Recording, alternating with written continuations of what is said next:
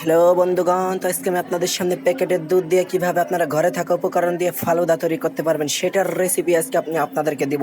প্রথমে দুধ জাল করে নিয়েছি, তারপরে সাবুদানা নিব, সাবুদানাগুলোকে ভালো করে বেসিংয়ের পানি দিয়ে ধুইয়া নিব কসলায় মাজলায় ভালো করে, তারপর একটু ধুইয়া দিব যাতে ফুল্লা ফুল্লা ডুমডুম হয়। তারপর ওই দুধগুলো যখন হালকা একটু গরম হবে দিয়ে দেবো ঘি, তারপর দিয়ে দেবো স্বাদ মতন চিনি।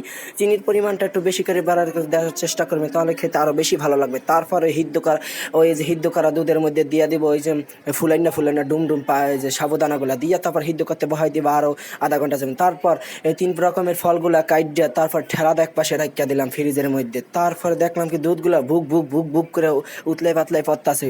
তারপরে ফ্রিজে থেকে বরফ বার করে তারপর কাগজের মধ্যে দিয়া গুতলাই ভালো করে একবার ওটার মধ্যে দিয়া দিলাম যে ফালুদার মধ্যে। তারপরে গ্যাসে থেকে নামাই দিলাম। তারপরে 3 রকমের ফল দিলাম, আপেল আঙ্গুর, তারপর দিয়ে দিলাম কলা, তারপরে ভ্যানিলা আইসক্রিম দিলাম গলিয়ে। তারপরে ভালো করে লাইরাসে তারপরে দিয়ে দিলাম বাটির মধ্যে দিয়া তারপর সবারে পরিবেশন করতে দিলাম। এটা খেতে অনেক মজা হয়েছে। আল্লাহ হাফেজ।